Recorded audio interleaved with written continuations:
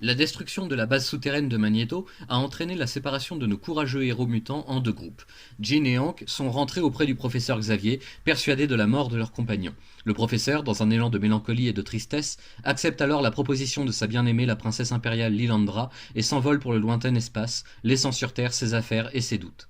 Mais nos héros ne sont pas encore morts, bien au contraire même. Après avoir lutté en terre sauvage, survécu à un ouragan en plein Pacifique, sauvé le Japon de la destruction des mains d'un fou au pouvoir sismique, et enfin après avoir affronté l'escadron Alpha Flight du gouvernement canadien pour conserver Wolverine dans leur rang, les voici enfin de retour à Westchester, découvrant une propriété vide et sans vie. Ni une ni deux, les sessions d'entraînement dans la salle des dangers reprennent sous la surveillance de Cyclope qui entend bien rendre au groupe sa cohésion difficilement obtenue jusque-là. Toutefois, ils seront interrompus plusieurs fois dans leurs efforts, à la fois par les doutes de Colossus concernant sa véritable allégeance et par l'assassin fantasque Arcade, à qui de vieux ennemis ont payé rubis sur l'ongle un contrat sur la tête des X-Men. Cette aventure se solde d'ailleurs par un match nul, Arcade ne parvenant pas à tuer les mutants et ceux-ci à le défaire totalement.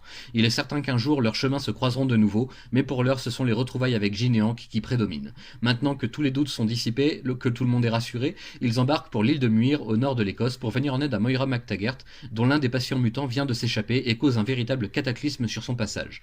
L'occasion pour le groupe de se ressouder et d'affronter le redoutable Proteus, jusqu'à la mort s'il le faut. Voilà ce que l'on peut dire de l'année 1979, assez riche en émotions entre les retrouvailles de nos héros préférés et le début de leurs nouvelles aventures sans le professeur X. Chris Claremont, aidé de John Byrne, parvient sans peine à rendre les personnages toujours plus touchants et attachants au travers de leurs souvenirs, de leur état d'âme et de leur expérience commune de l'adversité.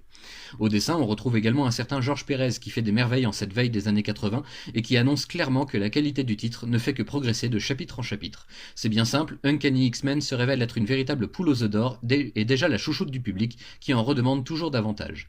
Nul doute que Marvel a su miser sur le bon cheval et que les adversaires de tantôt reviendront sous peu sur le devant de la scène. Les artistes sont au top de leur forme et n'ont encore fait que frôler la surface de leur talent, croyez bien qu'ils en gardent encore pas mal sous le coude.